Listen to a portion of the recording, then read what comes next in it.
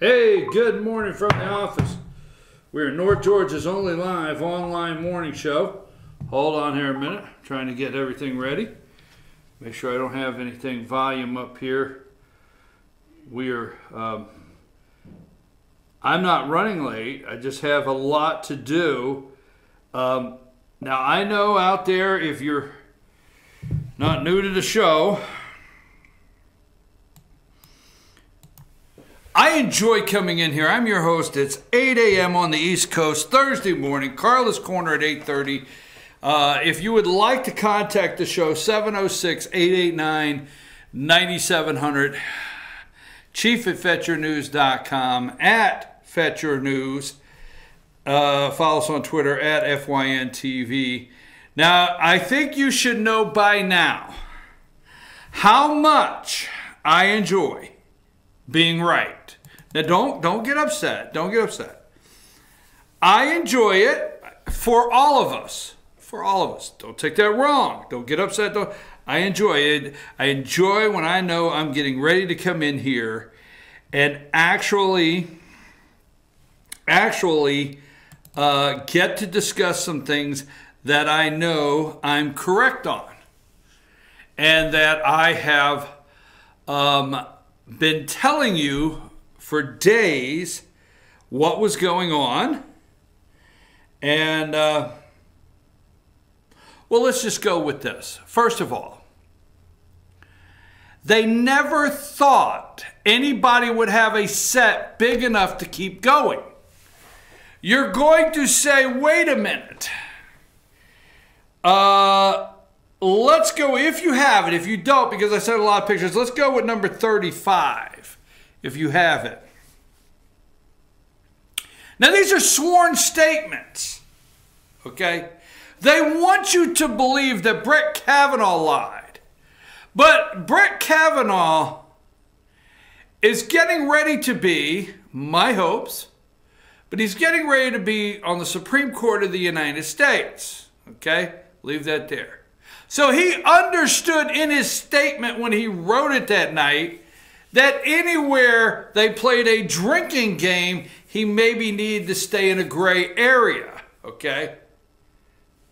He knew anytime he was questioned, he needed to stay in a gray area. So he understood that. They want you to believe he lied. They're going to drill down on how many beers he drank in 1982, okay? Now that's okay, but here's the thing right here. New sworn statement alleges Ford lied. Now, who is there with her? Rachel Mitchell in this picture, okay?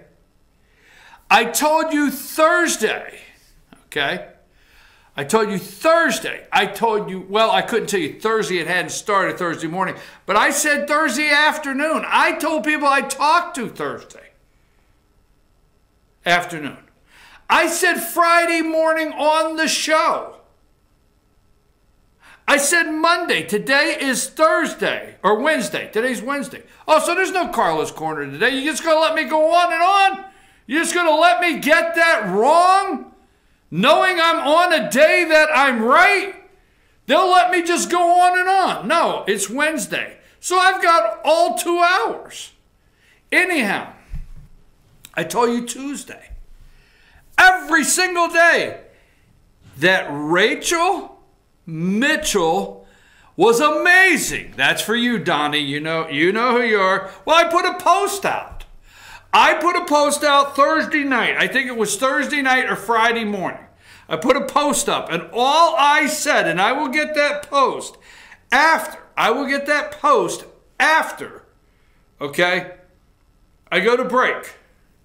And I just said, Rachel Mitchell did an amazing job in her questioning today. Whoa, you blew my Facebook page up. Oh my God, it was terrible, it was terrible, it was terrible. I may read some of them, okay? But again, once again, amazing. You see, they did not realize They did not think, they never believed that Donald Trump would have a set big enough to say, Brett, yes or no, you ready to go forward? I'm ready to go forward, Mr. President. Okay, I support my nominee. They never dreamed of it.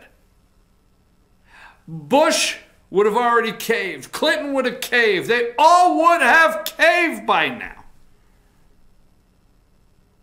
Just a thought. See, the attorneys for Christine Blasey Ford, our heads are spinning now because she's probably calling them and said, you didn't tell me this would happen.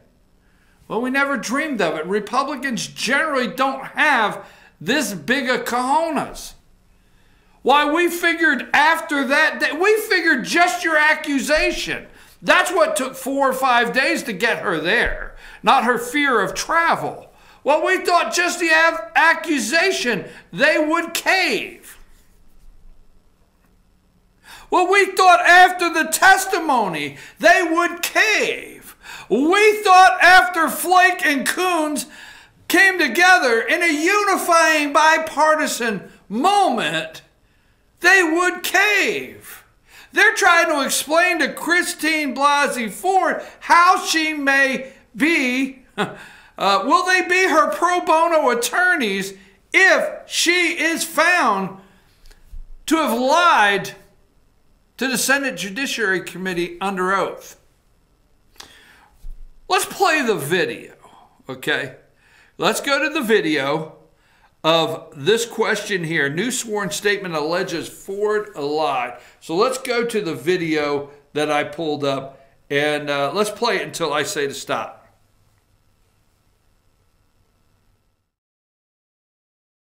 So, I don't remember the exact day.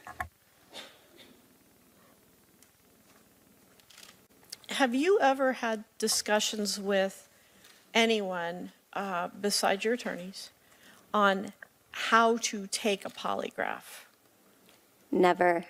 And I don't just mean countermeasures, but I mean just any sort of tips or anything like that. No, I was scared of the test itself, but was comfortable that I could tell the information and the test would reveal whatever it was going to reveal. I didn't expect it to be as long as it was going to be, so it was a little bit stressful. Have you ever given tips or advice to somebody who was looking to take a polygraph test? Never. Okay. Did you pay for the polygraph yourself? I don't think so. Okay. Do you know who did pay for the polygraph? Not yet, no.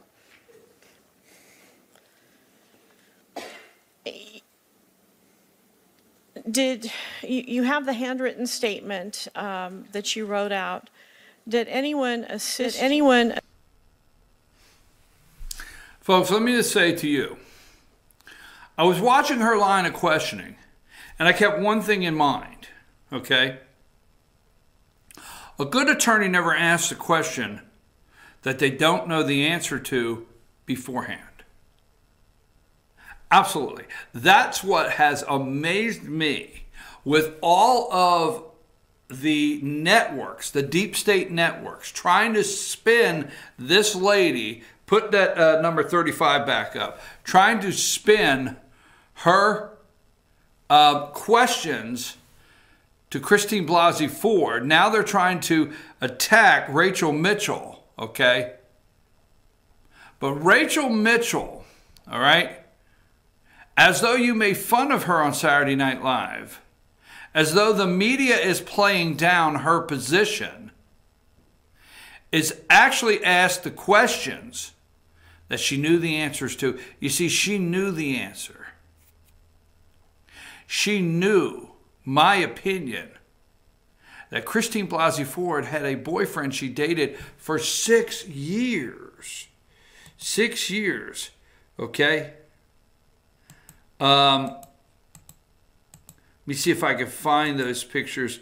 It shouldn't take but just a moment here.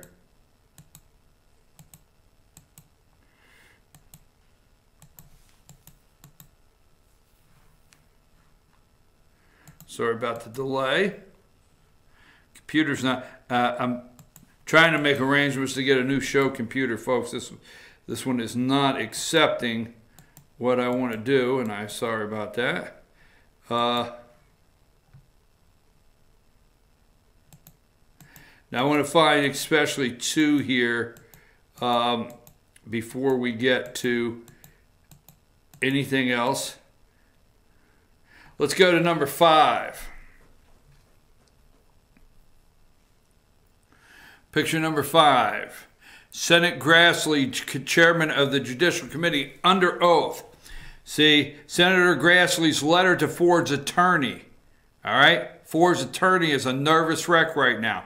When asked under oath in the hearing whether she ever given any tips or advice to someone who was planning on taking a polygraph, Dr. Ford replied, "Never."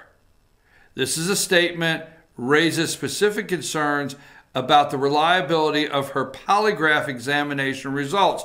Let me tell you what else it exposes, okay? Because her ex-boyfriend came forward. We'll get to that in a minute. But let me tell you what else this exposes. Remember, the media is hinging on 100%. Was it Dick Durbin? Dr. Christine Blasey Ford? In your recollection, how certain are you? How certain are you it was Brett Kavanaugh? And remember, she was certain. 100%. Why? They were hinging on that. Everybody hinged on that. Why? It doesn't matter what else was said that day. She said 100%. But in the video, she was very firm. Her memory, there was no lapse in what I just played you. Her memory was very clear. She said never. Never's a long time. She was very firm that she never gave those tips to her friend that was about to take a polygraph for a background check. You see, Rachel Mitchell knew. And see, she was very firm in that never. She was a very firm no, never. Just exactly, right? To someone who planned taking, and he puts it in quotations, never. Just like the 100%. See, she had selective memory that day. And we've all walked around eggshells and say, let's not upset her. Let's not upset her. We need to play the seesaw. Although we think something bad happened to Dr. Ford. We then think it wasn't Brett Kavanaugh, but we don't want to discount. Why not? She's lying. The lady is lying. This is under oath. Okay? Now let me get to the other one here.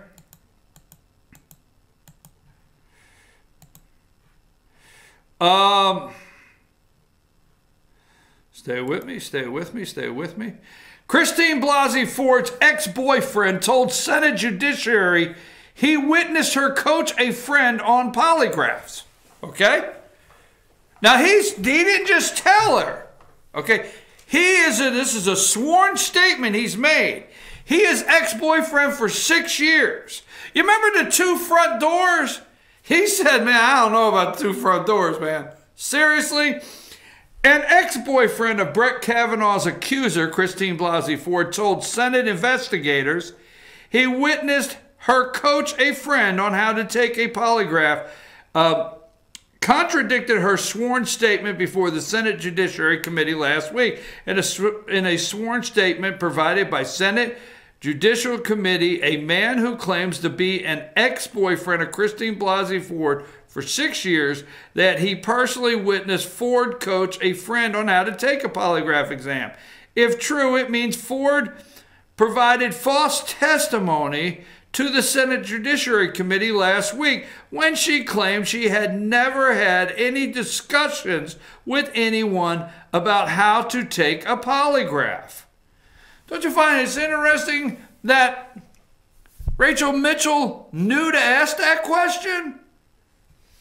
The troubling allegations about Ford's polygraph history and potentially false statement. You see, if it's disqualifying if Kavanaugh made a false statement. That is what they're digging for. They're digging for perjury in Kavanaugh's testimony last Thursday. Hard. Never any digging into what she lied about. The troubling allegations of Ford's polygraph history and potential false statement were revealed Tuesday in a letter from Chuck Grassley of Iowa, who chairs the Senate committee, to an attorney for Ford. Ford and her attorney have thus far refused to provide any polygraph-related documents, the media to Senate for review. We haven't seen anything. We haven't seen anything, okay? The full details of Dr. Ford's polygraph are particularly important because the Senate Judiciary Committee has received a sworn statement from longtime boyfriend of Dr. Ford stating that he personally witnessed Dr. Ford coaching a friend on polygraph examinations. All right, the letter is here. The names are marked out, okay? She lived in a small apartment. Here is the letter, okay? The letter is right here, all right? On the internet, you can find it signed, whatever. They have the names blocked out. Also, remember her cramped. She lived in she couldn't live in a cramped space.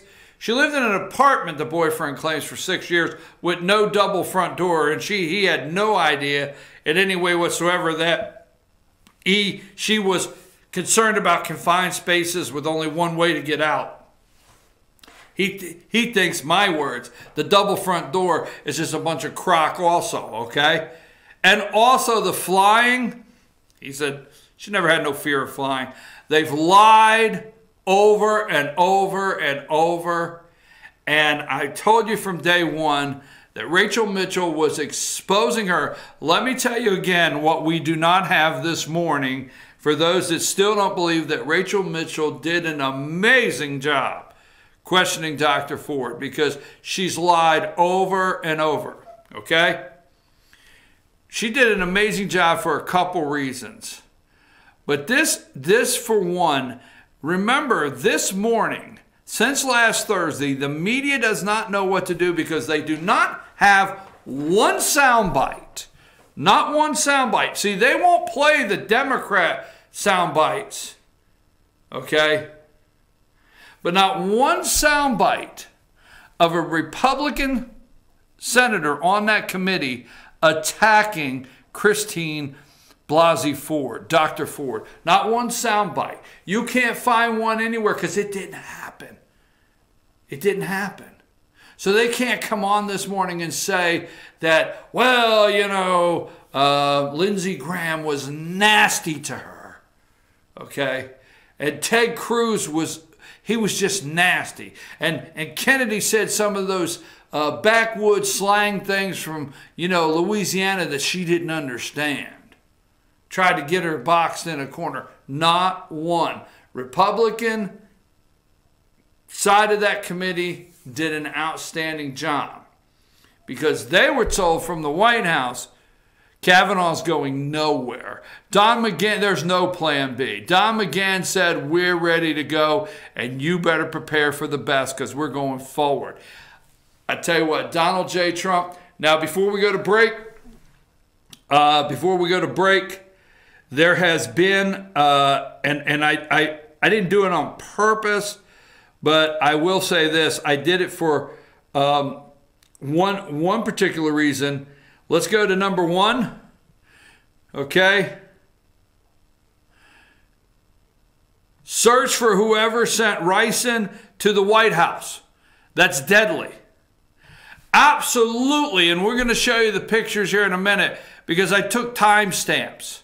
I went on this morning and I did read. I can't omit to reading the whole entire thing. It's 10 pages long.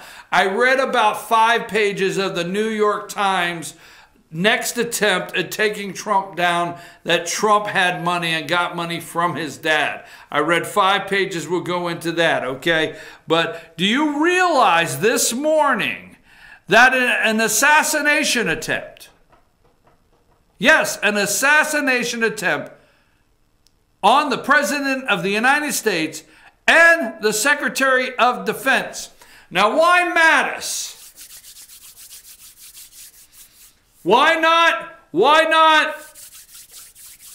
Hey, why not? Let's see. Who do you get after? Who's in line after Pence? Paul Ryan, Speaker of the House, right? Isn't that number 3? Right? Why not try to take out Trump and Pence? Why not try to take out Trump? Let's see, who else? John Kelly. An assassination attempt on your President of the United States and the Secretary of Defense. And no one's talking about it. No one. Okay. Fox, I did get this off Fox, and I did timestamp it, okay? This was at 4:12 a.m. Search for whoever sent rice. Let's go to number 2. Okay. Yes. This was sent to the White House. Addressed to the President of the United States. Yeah, an assassination attempt. I mean, this is deadly. If the President comes in contact with this, likely it kills you. Okay? Let's go to number 3. There's number 3. Who sent the rice into the White House? And let me go to another one here. MSNBC, 1 hour. Morning Joe, I watched it from 6 to 7. Never mentioned the deep state media. Question mark. Never mentioned the attempt on President Trump's life and James Mattis, Secretary of Defense. Never one mentioned in an hour, folks. But there is one I want to show you before we go to break. Okay? And we're going to talk about Trump at South Haven, Mississippi, his tax issues. We're going to talk more about Kavanaugh, but we're going to talk about Trump. And there's a reason I want 2 more. Let's go to, before I get off this, let's go to number 36, because I like to take these shots to let you see what the media is doing in the morning. Number 36, Ford's ex-boyfriend on polygraph test. Dr. Ford explained in detail what to expect, how polygraphs work, and helped McClain become familiar and less nervous about the exam. Now, McClain is the individual that she helped. Dr. Ford helped. This boyfriend knows the name and everything about it. It's in the letter you can look up. And then let's go to 37. 37, Fox ex-boyfriend on polygraph test. I witnessed Dr. Ford help McClain prepare for a potential polygraph exam. I think she's a liar, folks. Flat out liar, okay? Number 38.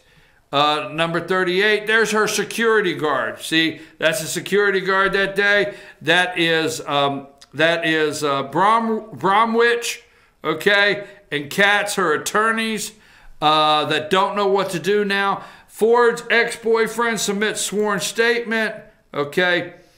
And this is CNN, okay? CNN number 41. Okay, Rice suspected in mail sent to Trump and the Pentagon. All right, so I'm going to go to break. I'm going to come back. We have a lot here. Let me ask you a question. Go to number 43.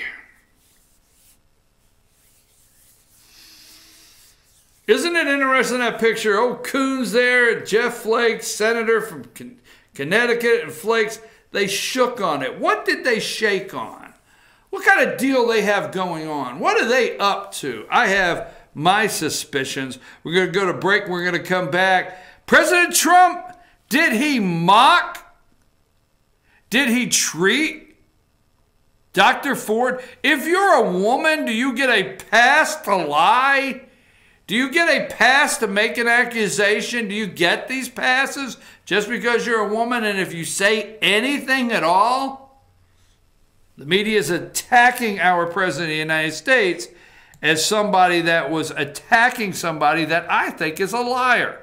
We'll go over that when we come back. South Haven, Mississippi last night. Take us a break, Josh.